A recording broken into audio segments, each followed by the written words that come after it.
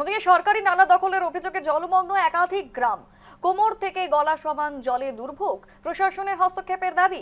রামকৃষ্ণনগর বিধানসভা এলাকার মদনমোহন অঞ্চলের সুভাষনগর গ্রাম পঞ্চায়েত এই জিপির অন্তর্গত কয়েকটি গ্রামে সরকারি নালা দখল করে বন্ধ করে দেওয়ার অভিযোগ রয়েছে।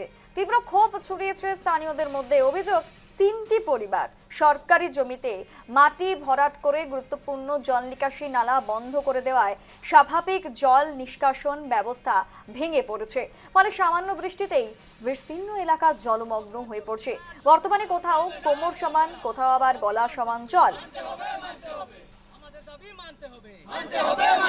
নালা ক্লিয়ার করে দিতে হবে। মানে নালা ক্লিয়ার করে দিতে হবে। আমাদের মদন মোহনের নালা ক্লিয়ার করে। এখানে আজ বহুদিন থাকি আমরা, ধরেন ৬০-৭০ বছর থাকি আমরা এই জায়গায় বাস করি। আর এইরকম জল আর হইছে না, আর এরকম জলের কোনো প্রবলেম আমরা কোনোদিন পাইছি না। আর অবৈধভাবে ও ২-৩টা মানুষে আইয়া এখানে মাটি ভরাইয়া আর আমরা পুরাতন নালাটা বন্ধ করে দিছে। এই জায়গাত এমন সমস্যা হয়েছে, আমরা স্কুল কলেজে যাইবার ছাত্ররা রাস্তা দিয়ে বারোইবার কোনো উপায় নাই। এখন আমরা বাড়িঘরও বুড়াইয়া বোটটা ফিশারি পর্যন্ত একেবারে ডুবাইয়া লইয়া গেছে, বা বহু টাকার মাছও আমরা ক্ষতি হয়ে গেছে।